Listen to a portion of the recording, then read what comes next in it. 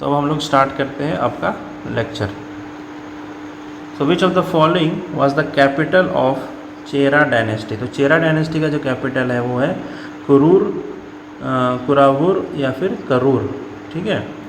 और ये हो गया चेरा डायनेस्टी का। अब मैं आपको बता देता हूँ चोला डायनेस्टी का और पांड्या का क्या है कैपिटल। तो चोला का जो कैपिटल है वो है तंजौर,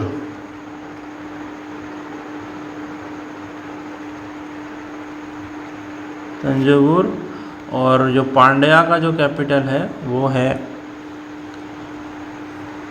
मदुरई, ठीक है। ओके, गरीब हिंदुस्तान, अब book critical of British policies. तो ये तो गरीब हिंदुस्तान था, ये शायद रिपीट हो रहा है। ये मोहम्मद वली हसन था, ये सब हमने देख लिया था कि ये डिलीट भी हो गया था। और ये हमने देखा था कि female labour force participation rate जो 23% से 37% बढ़ गया था, ये भी हमने देखा था। हाँ, अब हम लोग स्टार्ट करते हैं क्वेश्चन नंबर 50 से। Which country took over the chairmanship of BRICS in January 1, 2024, ठीक है। तो इसका जो आंसर होगा वो होगा रशिया, कजान। तो कजान में ये वाला समिट हुआ था, ठीक है। तो हम लोग थोड़ा सा जान लेते हैं कि ब्रिक्स का फॉर्मेशन कब हुआ है, 2009 में। और इसमें जो सिर्फ जो कंट्री थी वो थी Brazil, Russia, India and China. 2010 में साउथ अफ्रीका आया था, 2010 में साउथ अफ्रीका ज्वाइन किया था, ठीक है, ज्वाइंड इन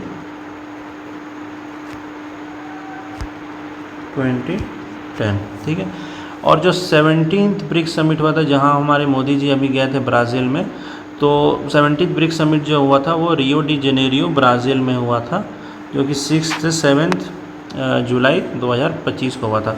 तो 24 में कहाँ हुआ है, कजान रशिया में, और 25 में कहाँ हुआ है, ब्राज़ील में, 26 में कहाँ होगा, इंडिया में, ठीक है। तो ये चीज़ आपको ध्यान रखना है कि 26 में कहाँ होगा, जो 18वां ब्रिक्स समिट होगा वो इंडिया में होगा 2026 में। Which one of the following is an example of melamine use in making floor tiles. तो पॉलीथीन, थर्मोप्लास्टिक, पीवीसी। तो देखो आप समझो कि फ्लोर टाइल्स क्या होना चाहिए, स्ट्रॉन्ग होना चाहिए, ठीक है, स्ट्रॉन्ग होना चाहिए, वो रेजिस्टेंट होना चाहिए टू क्या, टू फायर, है ना। नहीं तो पता चला माचिस का तिल्ली जला और जल गया आपका पक्का, तो वैसा ज़मीन को फ्लोरिंग कोई नहीं करवाएगा। तो ऐसे इसमें प्रॉपर्टी किस में होता है, पीवीसी तो पिघल जाता है, थर्मोप्लास्टिक भी पिघल जाता है, पॉलीथीन तो ऐसे ही पिघल जाता है। तो आंसर होगा थर्मोसेटिंग प्लास्टिक, ठीक है। So answer is thermosetting plastic, that is melamine is not a plastic by itself, but when combines with formaldehyde it forms melamine formaldehyde resin, जो कि एक thermosetting plastic है। प्रॉपर्टीज़ क्या क्या है थर्मोसेटिंग प्लास्टिक का, it is hard, it is durable and heat resistant. उसके बाद है कि it is also flame retardant. Flame retardant मतलब कि जल्दी आग नहीं लगेगा due to high nitrogen content. उसके बाद क्या है, non conductive and chemically stable भी है, मतलब कि जल्दी रिएक्ट भी नहीं करेगा दूसरे से। पता चला कि ऐसा ज़मीन में लगाए कि कल कुछ को गिर गया, डिटॉल फोटोल ला रिएक्शन हो रहा है, तो वैसा नहीं। उसके बाद फिर यहाँ पे भी हमने एक नोट बना करके लिखा है कि मेलामाइन, ठीक है, dinnerware is not microwave safe. कि अगर मेलामाइन के बने हुए बर्तन को अगर हम लोग माइक्रोवेव में डाल दें तो उसमें रिएक्शन हो जाएगा, तो it can cause chemical leaching, ठीक है। इस चीज़ को आपको ध्यान रखना है। और चलो अब नेक्स्ट क्वेश्चन में आते हैं। इसमें पूछ रहा है कि how many triangles are there in the following figure. अब देखो इसमें सिंपल सा है, आपको कुछ नहीं करना है, आप फिगर बना लो। पहले देख लेते हैं कि जितने ट्रायंगल्स हमको दिख रहे हैं ऐसे ही। तो एक बड़ा सा ट्रायंगल यहाँ है, एक छोटा ट्रायंगल, एक छोटू ट्रायंगल, फिर ये और ये और ये। तो हमें दिख रहा है कि 6 ट्रायंगल तो ऐसे हैं जो हमने रेड से मार्क कर दिया है, ठीक है। चलो अब ग्रीन से देख लेते हैं। तो ग्रीन से हम लोग देखते हैं कि जो कॉम्बिनेशन में बन रहा है, तो जैसे ये मान लो ये वाला बन रहा है, ये ग्रीन वाला, ओह सॉरी, इसको मैंने यहाँ 2, यहाँ 3 और यहाँ 1, तो ये ग्रीन वाला बन रहा है ऐसे एक, ठीक है। फिर कहाँ बन रहा है, फिर ये बन रहा है ये वाला, तो ये 2, और तीसरा कहाँ बन रहा है, तो तीसरा देखो ये वाला बन रहा है ना, तो ये 3, और क्या बनेगा, और फिर ये वाला बना, फिर ये वाला भी बनेगा, तो ये 4, फिर ऐसे भी बनेगा ये 5, ठीक है। और फिर एक और बनेगा 5 प्लस एक और बनता है, कहाँ गया ये वाला,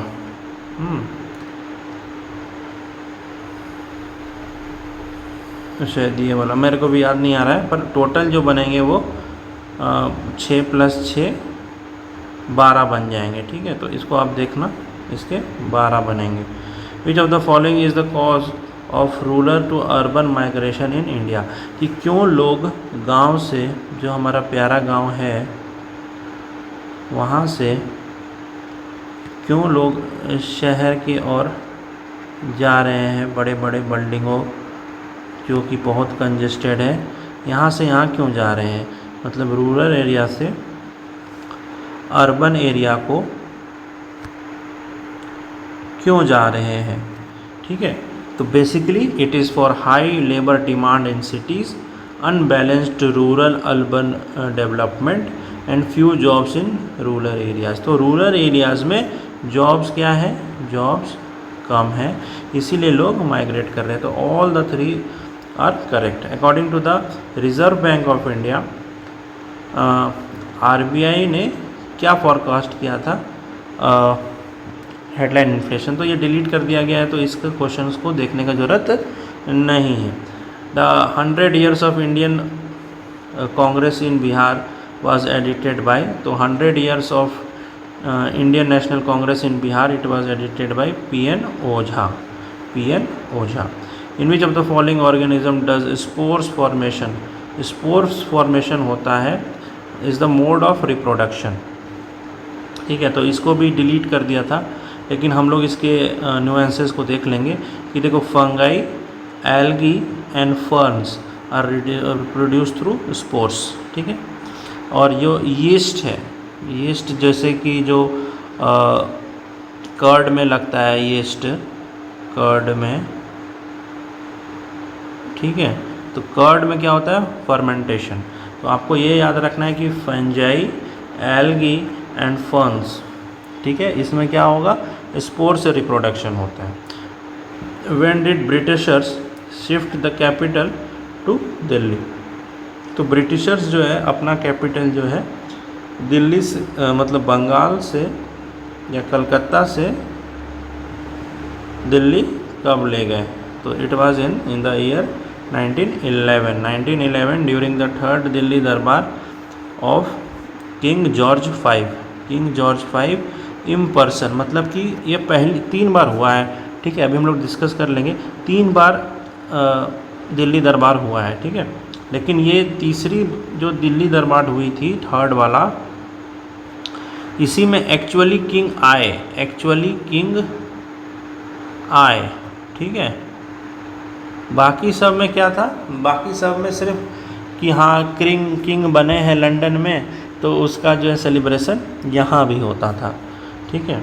उसके बाद Zoji La tunnel which connects which of the following places, तो जोजिला टनल जो है वो बेसिकली हमारा श्रीनगर और लेह को कनेक्ट करता है, तो आंसर इज सी। और इन सब के बारे में डिटेल्ड अभी हम लोग देखेंगे, ठीक है। तो ये घबराना नहीं है कि सर आप तो पहले डिटेल में करवाते थे, अब क्यों नहीं करवा रहे, करवाएंगे भाई, अभी 2 मिनट रुक जाओ, ठीक है। अभी 60 तक ही करेंगे। Who is the author of the autobiography कुटी क्रिकेट स्टोरी, तो इसका आंसर है अश्विन एंड मोंगा। तो आपको इसका क्या पता चल रहा है कि आपको बुक्स एंड ऑथर्स भी देख के जाना है, ठीक है। Now where was the 3rd ministerial conference of WTO held? तो it was held in Abu Dhabi. Now which one of the following rivers is different from the others?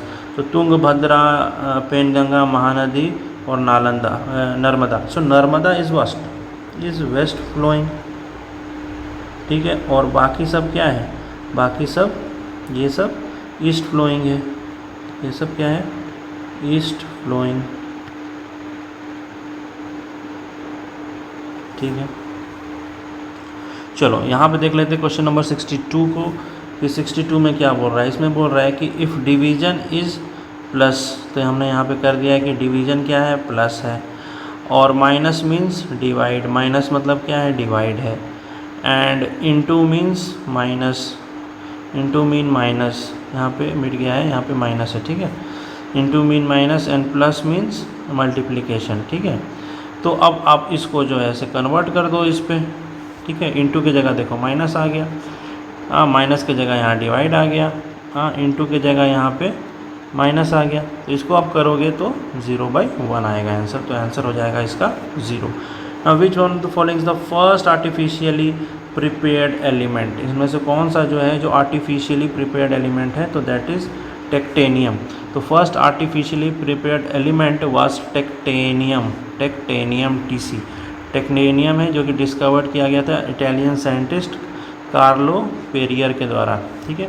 तो basically इसका क्या है कि एटॉमिक नंबर इसका 43 है, और कोई इम्पोर्टेंट नहीं है कि all its isotopes are radio active, and the first element synthesise in lab before being found in nature. तो पहला जो एलिमेंट है वो जो है आपका लैब में प्रिपेयर किया गया, उसके बाद नेचर में फाउंड हुआ। What is the full form of CGTMSC, ये क्या है, तो this is credit guarantee, credit guarantee first trust for micro and small enterprises. Who gave the slogan do or die and when, तो it was Gandhi ji during the quit India movement. ये तो बहुत आसान question है, आप प्रिपेयर कर रहे हो BPSC JPSC UPSC किसी भी कोई भी सिविल सर्विसेज की तैयारी कर रहे हो, चाहे SSC की भी तैयारी कर रहे हो, उसमें भी जनरल स्टडीज़ की तैयारी होती है, तो उसमें भी आपको ये छोटा सा तो फैक्ट आपको पता ही होना चाहिए, ठीक है। विच of the following is the fluid part of the blood, तो ब्लड का फ्लूइड पार्ट कौन सा होता है, तो इट इज़ प्लाज्मा। तो हमने यहाँ पे बना भी दिया है कि कंपोजिशन ऑफ ब्लड, तो सब प्लाज्मा जो है सबसे ज़्यादा मात्रा में पाया जाता है, दैट इज़ 55%, और यही हमारा जो होता है वो फ्लूइड पार्ट होता है, fluid part of the blood, and it carries nutrients, hormones, waste and proteins and maintains fluid balance.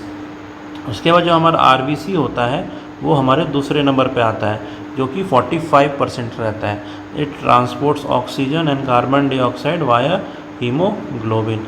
तो RBC क्यों है, क्योंकि ये पहला तो लाल कलर का है, लाल कलर का है और ज़्यादा मात्रा में है, इसीलिए ये ऑक्सीजन, और इसमें इस क्यों लाल कलर का है, क्योंकि इसमें हीमोग्लोबिन है। Why red, because of haemoglobin, globin, ठीक है। वाइट ब्लड सेल्स क्या होता है, वाइट ब्लड सेल्स मतलब आता है आपका डिफेंस फ्रंट है ये, ठीक है, फर्स्ट लाइन ऑफ डिफेंस होता है, इसको बोलते हैं फर्स्ट लाइन ऑफ डिफेंस, ठीक है। And then we have platelets, जो कि वो भी जो है 1% से लेस होता है, and it helps in blood clotting and wounds healing. तो अगर आपका कहीं कट लग गया है तो प्लेटलेट से ही वो रुकेगा। Now consider the following statement about Ajivika sect. तो Makkhali Ghosh was its most important leader, ठीक है। The central idea of the philosophy was niyati, कि बोलता है कि आजीविका सेक्ट की ये घट गया, ये घटना हो गई, तो बोलेगा ये घटना इसलिए हुआ क्योंकि ये आपके नियति में थे, आपके भाग्य में यही लिखा हुआ था, आपके फेट में यही लिखा हुआ था, फेट FATE, या आपकी इसको बोलते हैं हम लोग किस्मत, किस्मत में यही लिखा हुआ था। इसको हम लोग बोलते हैं डिटर्मिनिज्म, डिटर्मिनिज्म, ठीक है, या नियति, ठीक है, कि यही तुम्हारे नियति, यही तुम्हारे किस्मत में लिखा हुआ था। तो ये सब किसका है? आजीविका सेक्ट का लिखा हुआ था। The discrimination on the base of caste and class, तो नहीं। श्रमण ट्रेडिशंस के, श्रमण ट्रेडिशन में जितने भी आए हैं वो इसी के विरुद्ध तो आए थे। क्यों? क्योंकि जो ब्राह्मणिकल सोसाइटी था, यही तो विरोध, उसी के तो विरोध में आए थे कि आप लोग जो है डिस्क्रिमिनेशन कर रहे हैं on the basis of caste and class. And Aajeevika had regular सभाज एंड मीटिंग्स, तो ये भी सही है। तो खाली ऑप्शन सी वाला गलत हो जाएगा, ऑप्शन सी सही गलत हो जाएगा। तो इसका आंसर शायद ये होगा, नहीं सॉरी बी होगा इसका आंसर। हाँ, यहाँ मैंने लिखा भी है option B. So the next question is which of the following minerals occurs in the Minas Gerais province of Brazil? तो यहाँ पे मिलता है आयरन। ब्राज़ील जो है बहुत बड़ा कंट्री है, यहाँ पे आपको आयरन, कॉफ़ी, कॉपर, ठीक है, गोल्ड, ये सब आपको काफ़ी मिलेगा। The first Hindi daily newspaper to be published in Bihar was, तो it was सर्व हितैषी।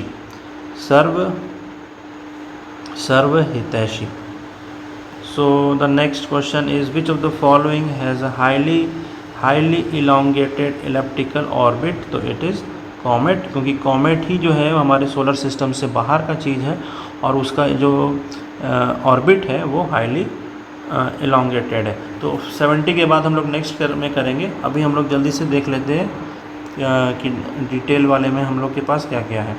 तो ये सब हमने देखा था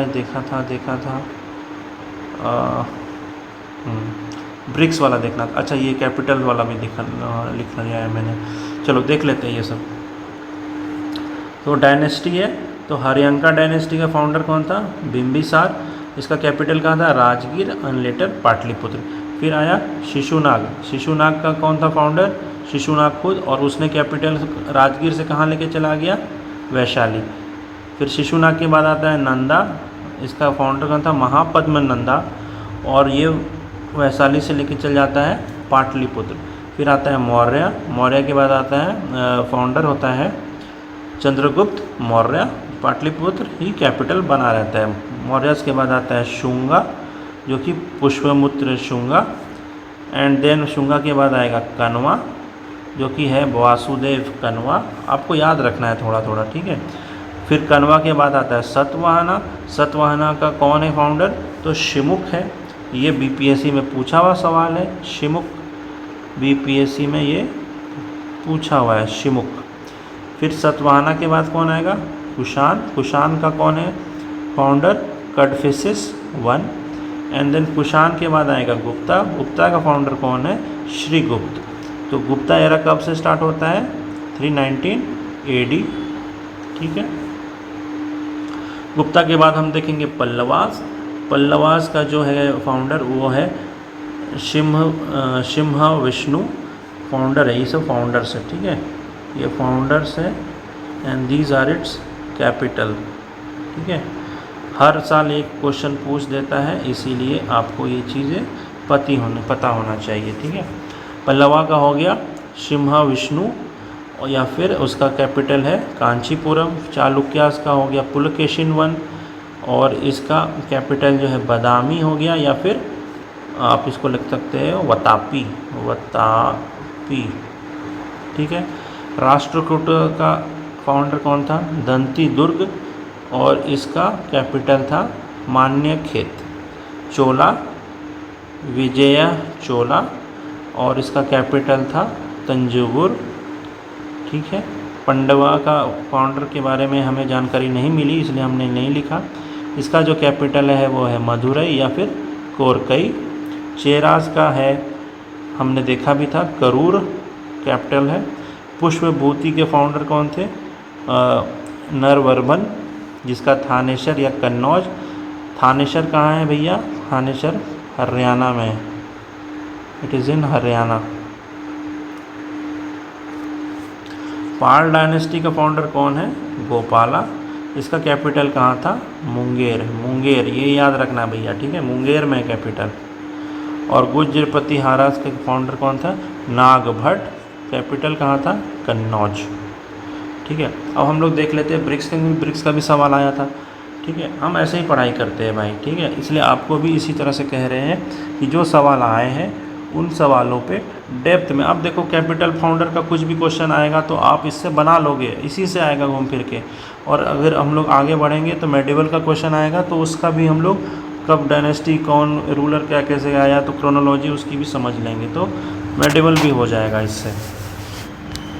देखते हैं, देखो ये हमने एज पर ब्रिक्स के वेबसाइट से ही डायरेक्ट उठाया है। तो BRICS is a group of 11 countries. ठीक है, तो 11 कंट्री है, कौन कौन है? तो हमने पहले बात किया था कि 2009 में बना था, जिसमें ये BRIC थे। फिर 2010 में ये हो गए ब्रिक्स।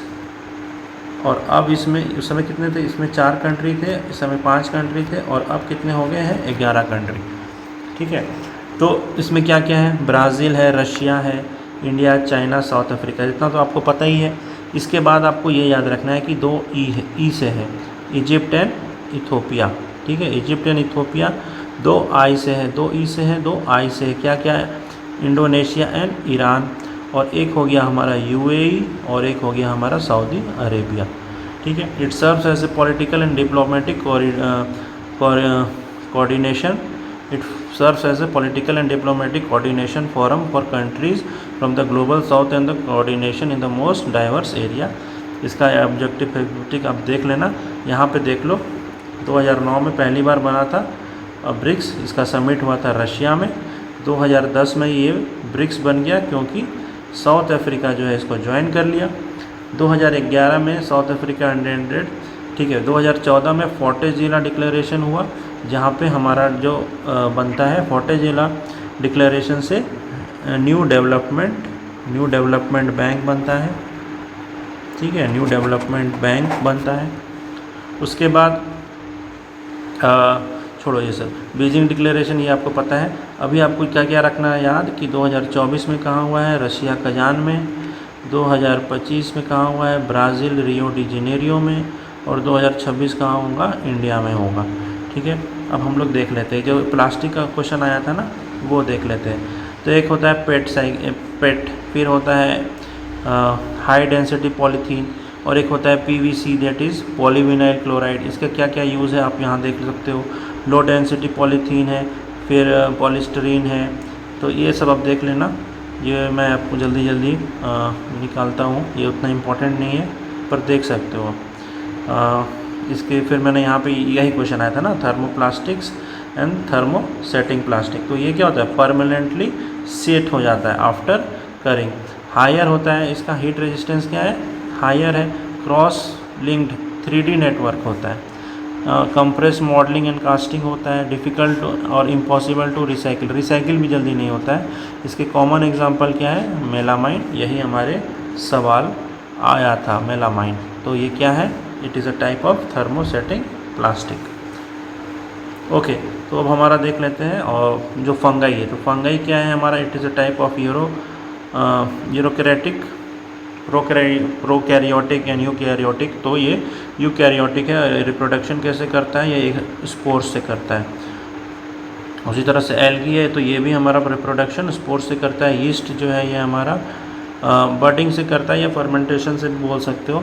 फर्न से जो है वो अगेन स्पोर से करता है। अमीबा जो है हमारा बाइनरी फ्यूजन से करता है। अब नेक्स्ट जो है, देखो ये मैंने आपको बताया था ना कि दिल्ली दरबार 3 बार हुआ है। तो दिल्ली दरबार 3 बार हुआ है। दिल्ली दरबार 3 बार हुआ है। कब कब? क्वीन विक्टोरिया सबसे पहले 1877 लिटन के टाइम पे हुआ था। तो she was proclaimed empress of India and Lord Lytton presided over it. उसके बाद किंग एडवर्ड 7 इसमें हुआ सेलिब्रेटेड बाय लॉर्ड कर्जन के द्वारा।